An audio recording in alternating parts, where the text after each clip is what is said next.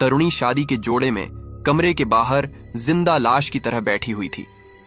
कमरे के अंदर से कुछ अजीब सी आवाज आ रही थी। कुछ देर के बाद वो आवाज शांत हुई और फिर कमरे का दरवाजा खुला। अंदर से एक औरत बाहर निकली जिसकी शक्ल बिल्कुल तरुणी से मिलती थी, मानो वो उसकी जुड़वा बहन हो। तरुणी ने उसे गुस्से से देखा और वो औरत तरुणी को देखकर मुस्कुराई और वहां से जाने लगी। उसके पैरों के पायल की आवाज तरुणी के दिल को चुभ रही थी, लेकिन वो कुछ भी नहीं कर पाई। तरुणी कमरे के अंदर गई और उसने देखा कि विशाल बिना कपड़े के सो रहा था, और ये देखकर वो फिर से रो पड़ी। आखिर क्या हो रहा था तरुणी के साथ, और कौन थी वो औरत? आखिर क्या रिश्ता था उसका तरुणी के साथ, और तरुणी कौन थी विशाल की? ये जानने के लिए इस कहानी को अंत तक जरूर सुने। तरुणी के घर में धूमधाम से शादी की तैयारी चल रही थी।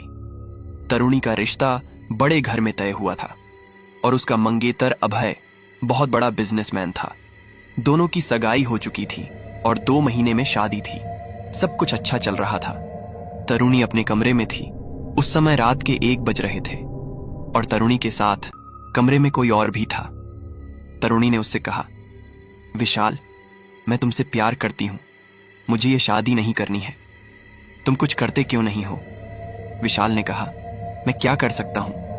तुम्हारा परिवार हमारी शादी के लिए नहीं मानेगा। हमें एक दूसरे को भूल जाना चाहिए। मैं अब तुमसे मिलने नहीं आऊंगा और मैं बस ये बताने आया था कि मेरी शादी भी तय हो चुकी है, तो अब हम कभी नहीं मिल पाएंगे। ये कहकर विशाल वहां से चला गया और तरुणी को मानो सदमा सा लग गया। वो विशाल से बेहद प्यार करती थी और उसके साथ रहने के लिए कुछ भी कर सकती थी। उससे ये बर्दाश्त नहीं हो पाया कि विशाल ने उसे छोड़कर किसी और से शादी के लिए हां कर दी। तरुणी को बहुत ज्यादा गुस्सा आ रहा था, इसलिए वो आधी रात को किसी को बिना बताए न जाने कहां चली गई। अगली सुबह वो घर लौटी और सीधे अपने कमरे में चली गई। वो विशाल को लेकर और भी ज्यादा गुस्से में थी। उसने अपनी मां से कहा, मां, मैं कुछ दिन के लिए नानी के यहां जाना चाहती हूं। अभी शादी में थोड़े समय है, तो सोचा कुछ दिन के लिए नानी के साथ बिता लूं। पहले तो उसकी मां ने मना किया, क्योंकि ऐसे शादी के समय में लड़कियों को घर से बाहर नहीं निकलना चाहिए, ऐसा उनका मानना था। लेकिन फिर उन्होंने हां कर दी। अगले ही दिन तरुणी अपने नानी के घर चली गई। उसकी नानी एक गांव में अकेली रहती थी। हालांकि नौकर चाकर थे जो उनका ख्याल रखते थे। उसकी नानी उसे देखकर बेहद खुश हो गई और फिर तरुणी उन्हीं के साथ रहने लगी। पर एक रात करीब 11 बजे घर के पीछे वाली सुनसान जगह पर तरुणी काले कपड़े पहनकर खड़ी हुई थी। उसका शरीर काफी गंदा नजर आ रहा था, मानो वो किसी कचरे से निकल कर आई हो। वो घर के पीछे खाली पड़ी एक झोपड़ी में चली गई। वो जगह भी बहुत ज्यादा गंदी थी। वहां से मलमूत्र की बेहद गंदी बदबू आ रही थी। बीच में एक हवन कुंड था और आसन बिछा हुआ था। तरुणी वहां जाकर बैठ गई। उसके पास 108 हड्डियों की माला थी, जिसे उसने खुद धारण कर लिया। फिर तेल का दीपक जलाकर वो कांसे की थाली पर सिंदूर से कुछ मंत्र लिखने लगी और मंत्र का उच्चारण करने लगी। करीब सुबह के 4 बजे तक उसका मंत्र जाप चलता रहा और सुबह होते ही वो वापस अपने कमरे में चली गई। उस दिन से वो बिल्कुल गंदगी में रहने लगी। उसने नहाना भी छोड़ दिया और ये देखकर उसकी नानी मुस्कुराई। उन्होंने कहा, लगता है तुमने साधना शुरू कर दी। तरुणी ने कहा, हाँ नानी, उसे पाने के लिए तो अब मैं कुछ भी करूंगी। आपने जैसा बताया वैसा ही करूंगी। उसकी नानी ने कहा कि इस बारे में किसी को भी कुछ भी पता नहीं चलना चाहिए। यह साधना उसे 21 दिन तक करनी थी और गलती की कोई भी गुंजाइश नहीं छोड़नी थी, वरना अनर्थ हो सकता था। तरुणी ने हाँ कहा। फिर अगले 10 दिन तक वही सब कुछ होता रहा। रात को तरुणी साधना करती और सुबह होते ही वापस आ जाती। अब उसके शरीर से भी गंदी बदबू आने लगी थी। घर के नौकर चाकर उसे हैरानी से देखते थे, क्योंकि कोई भी शादी के समय में अपनी ऐसी दुर्गति नहीं रखता है। जैसे जैसे समय पास आता गया, वैसे वैसे तरुणी की साधना कठिन होती गई। लेकिन आखिर के 3 दिन सबसे ज्यादा मुश्किल भरे थे। इन 3 दिनों में उसे उसी झोपड़ी में रहना था और भोजन के रूप में अपने ही मलमूत्र को ग्रहण करना था। वह 3 दिन उसे वहीं बिताने थे। पहले दिन जब तरुणी साधना करने के लिए बैठी तो उसने सबसे पहले अपने सारे वस्त्र उतार दिए और नंग अवस्था में ही बैठ के आहुति देने लगी।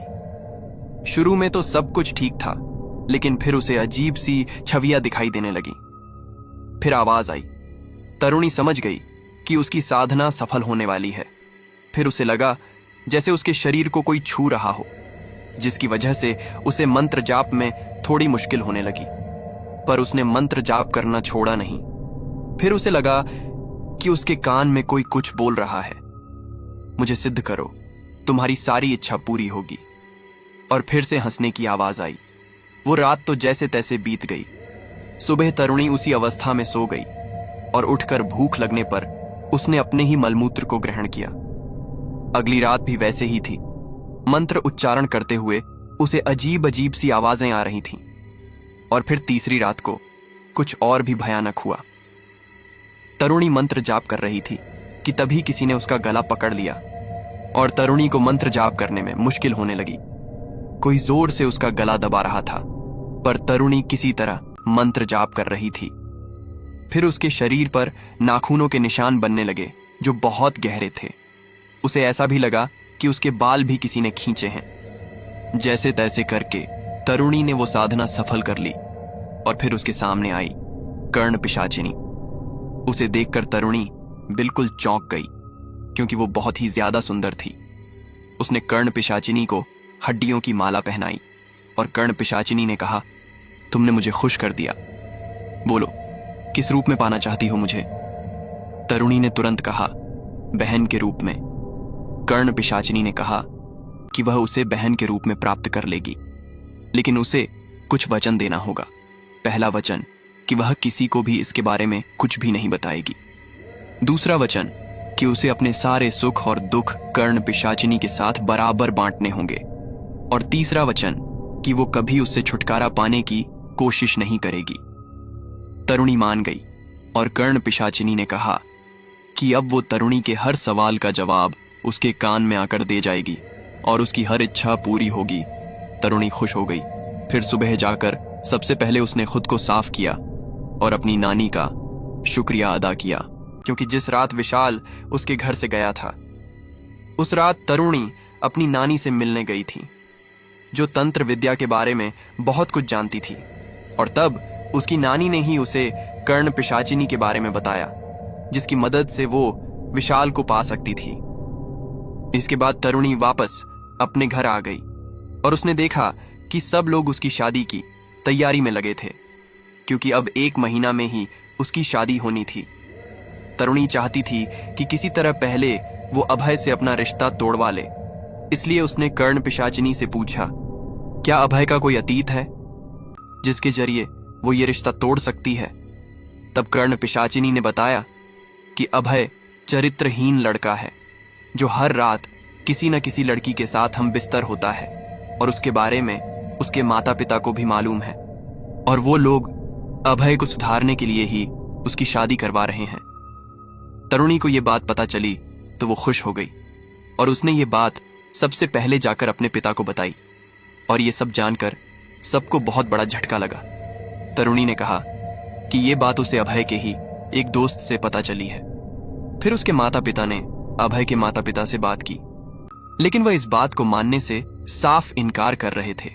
पर तरुणी ने कहा कि वो ऐसे लड़के से शादी नहीं करेगी, जिसके बाद अभय के माता पिता को सारी बातें माननी पड़ी और तरुणी का रिश्ता टूट गया। अब तरुणी विशाल का रिश्ता तोड़ना चाहती थी, लेकिन उसे समझ नहीं आ रहा था कि उसे क्या करना चाहिए। उसने विशाल से बात की और उसे रात को मिलने के लिए एक सुनसान जगह पर बुलाया। रात के 2 बज रहे थे जब तरुणी बिना किसी को बताए चुपचाप एक मशान के पास चली गई और विशाल का इंतजार करने लगी। उसे वह डर लग रहा था।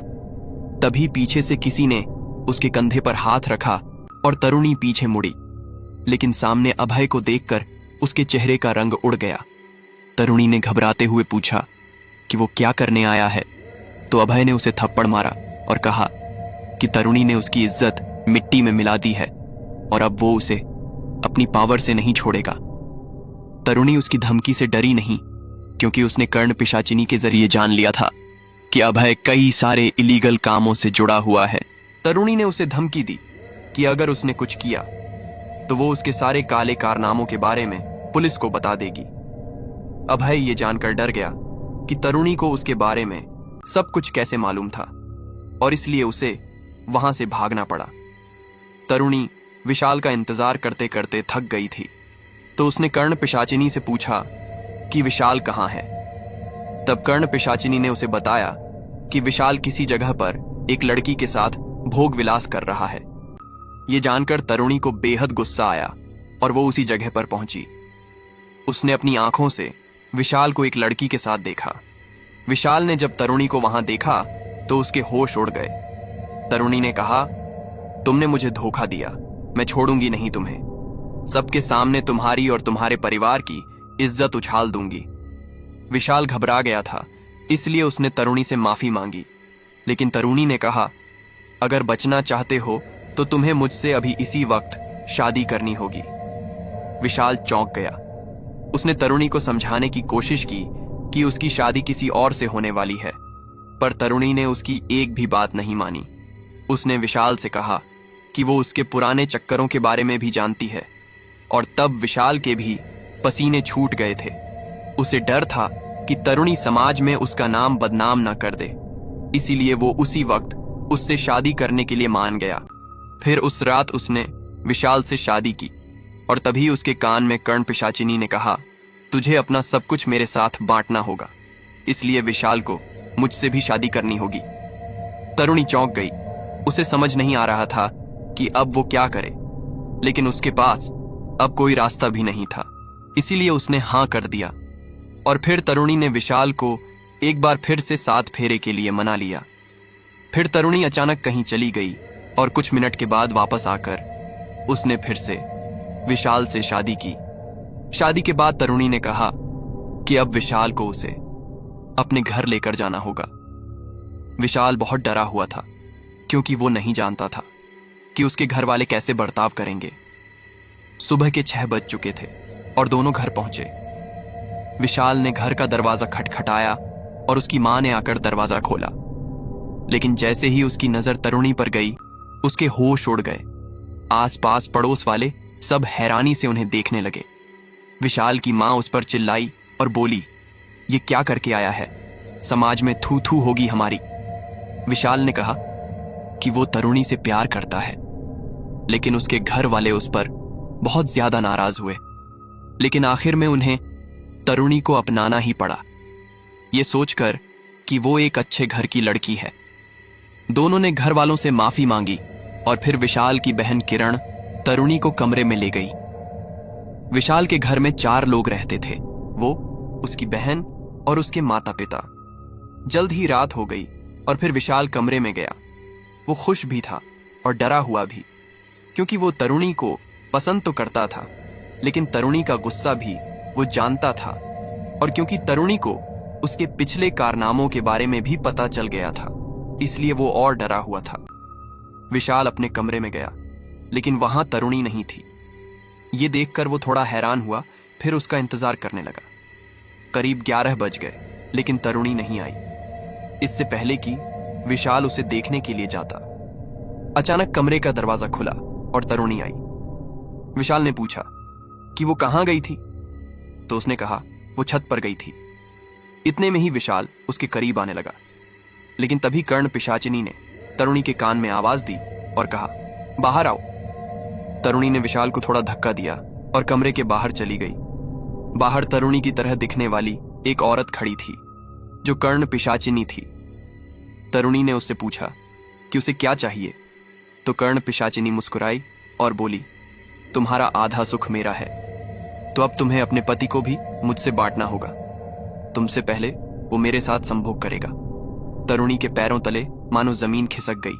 उसने इसके लिए साफ मना कर दिया, जिससे कर्ण पिशाचिनी को गुस्सा आया और वो बोली, अगर मेरी बात नहीं मानी तो तुम्हारे घर परिवार को मैं बर्बाद कर दूंगी। तरुणी के रोंगटे खड़े हो गए। उसने कर्ण पिशाचिनी से विनती की, लेकिन वो नहीं मानी और कमरे में चली गई। तरुणी बाहर बैठकर ही रोने लगी।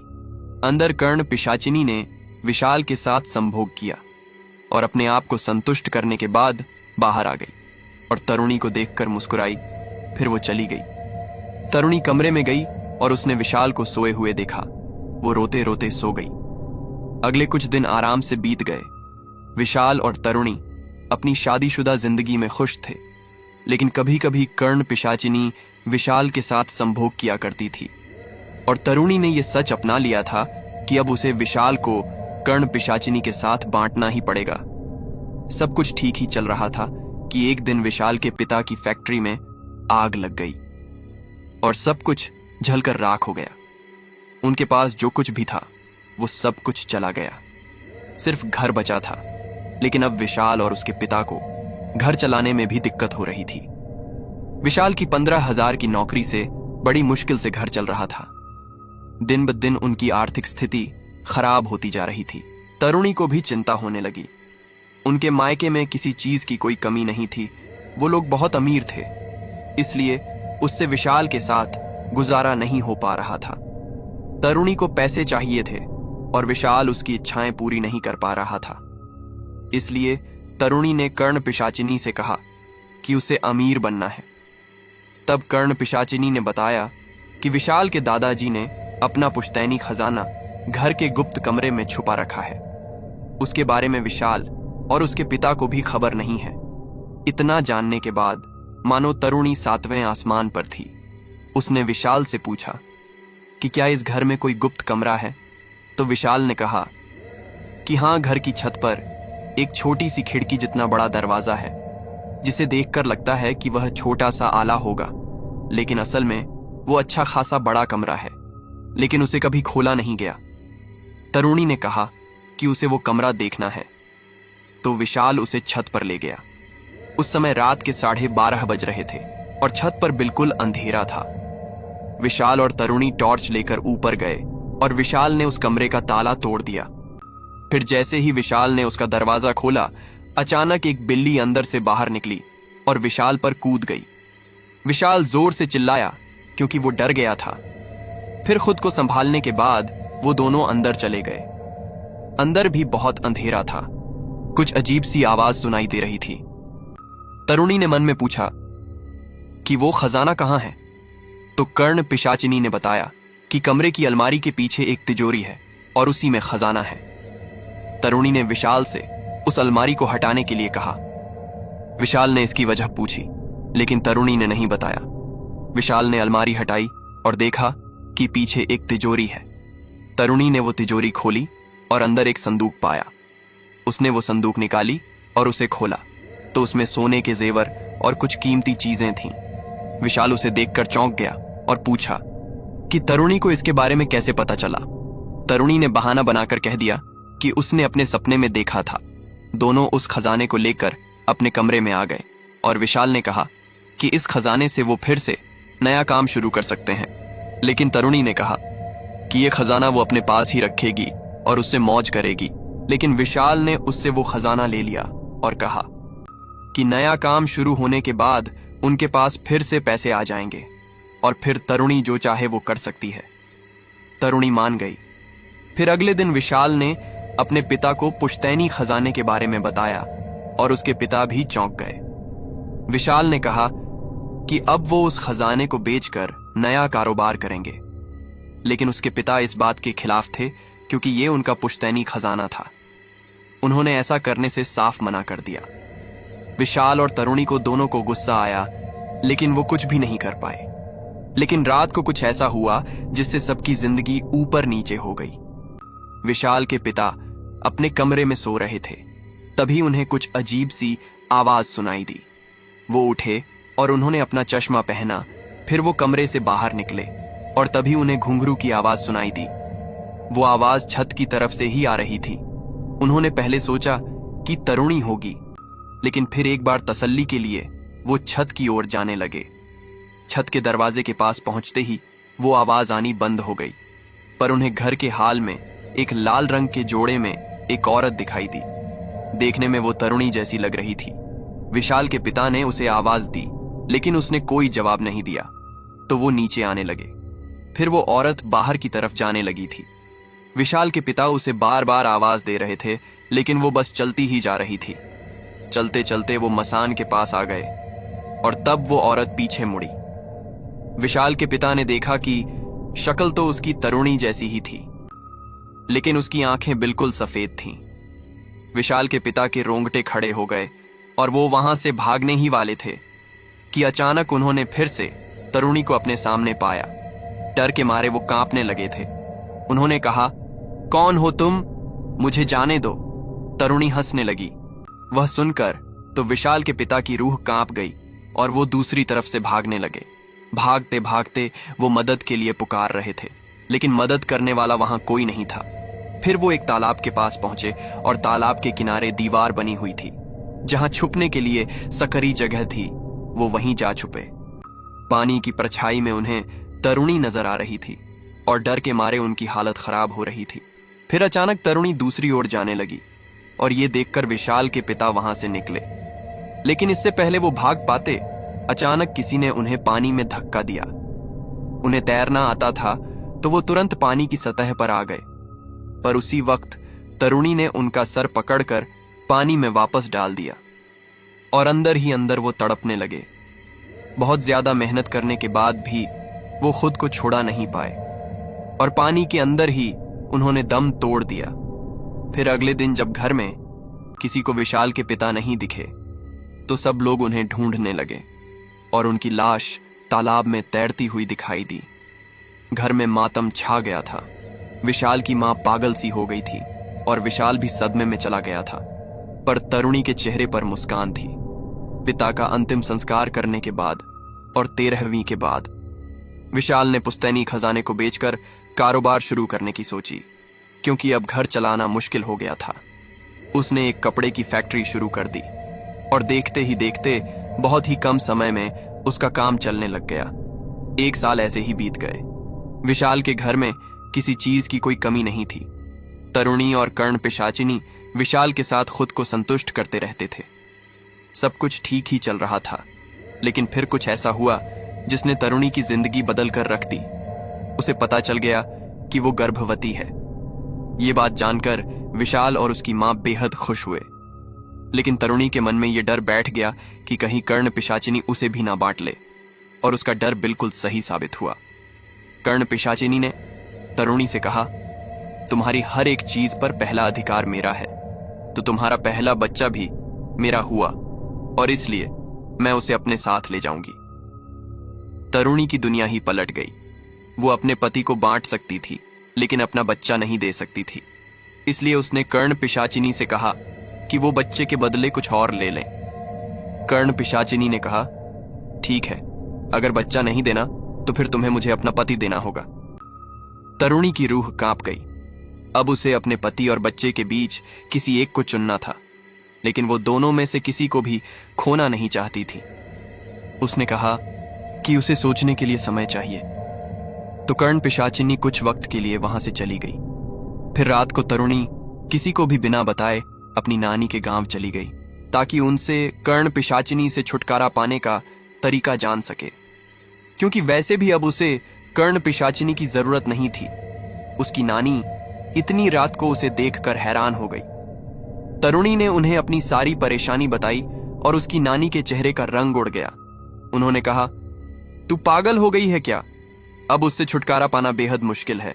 उसे पता चल गया होगा कि तू अब उससे छुटकारा पाना चाहती है। न जाने अब वो क्या करेगी। तरुणी घबरा गई और वापस अपने घर गई, लेकिन घर जाने के बाद उसने जो देखा वो देखकर उसका दिल दहल गया। कर्ण पिशाचिनी विशाल के लाश के ऊपर बैठी हुई थी। उसने कहा, मुझसे छुटकारा पाना चाहती थी, लेकिन अब तेरा पीछा मैं कभी नहीं छोड़ूंगी। उसके गुस्से की कोई सीमा नहीं थी। विशाल के मुंह से खून बह रहा था और उसकी वो दुर्दशा देखकर तरुणी उसी वक्त बेहोश हो गई। अगली सुबह विशाल की मां ने उसकी लाश देखी और उसे भी दिल का दौरा पड़ गया। अब उस बड़े से घर में सिर्फ तरुणी ही बच गई थी। पति की मौत से उसे बड़ा सदमा पहुंचा। ये बात उसके मायके वालों को पता चली। जब तरुणी ने विशाल से शादी की तो उन्होंने तरुणी से सारे रिश्ते नाते तोड़ दिए थे, लेकिन उसकी विधवा होने की बात जानकर उन्हें बहुत दुख हुआ और वो उसे अपने साथ लेने के लिए वापस आ गए। तरुणी का अब कोई नहीं था, इसलिए वो सारा घर कारोबार बेचकर मायके आ गई। कुछ दिन बीत जाने के बाद उसके घर वालों ने सोचा कि इसकी दूसरी शादी कर दे, लेकिन तरुणी ने यह शादी से साफ इनकार कर दिया, क्योंकि वो जानती थी कि दूसरी शादी करने के बाद उसके ससुराल वालों का वही हाल होगा जो विशाल और उसके परिवार का हुआ था। वो तब तक फिर से घर नहीं बसा सकती थी जब तक कर्ण पिशाचिनी उसका पीछा नहीं छोड़ देती। फिर एक दिन उसकी नानी उसके पास आ गई और बोली कि कर्ण पिशाचिनी से छुटकारा पाने के लिए उसे अपने बच्चे की बलि देनी होगी। तरुणी जिंदगी में अब आगे बढ़ना चाहती थी। उसने सोचा कि बच्चा तो फिर से हो जाएगा, लेकिन वो ऐसे पिशाचिनी के साथ अपनी खुशियां नहीं बांट सकेगी। इसलिए उसने अपनी नानी की बात मान ली। घर में इस बारे में किसी को कुछ नहीं पता था। वो दोनों रात को चोरी छुपे मसान गए, जहां उसकी नानी ने सारी तैयारी कर रखी थी। शराब की बोतलें, मांस और साधना की कुछ सामग्री रखी हुई थी। उसकी नानी ने उसे साधना का तरीका बताया और वो एक सुरक्षा घेरा के अंदर बैठे हुए ही सारी साधना करती गई। उसके कानों में कर्ण पिशाचिनी की डरावनी चीखें सुनाई दे रही थीं और उसका पूरा शरीर कांप रहा था। करीब 3 घंटे की साधना के बाद उसने कर्ण पिशाचिनी को शराब और मांस का भोग चढ़ाया और उसी वक्त उसके पेट में भयंकर दर्द शुरू हो गया। वो दर्द में तड़पने लगी और कुछ ही देर में चीख चीख कर बेहोश हो गई। उसकी नानी उसे घर लेकर गई। अगली सुबह उसे होश आया और उसकी नानी ने उसे बताया कि उसका बच्चा पिशाचिनी ले गई।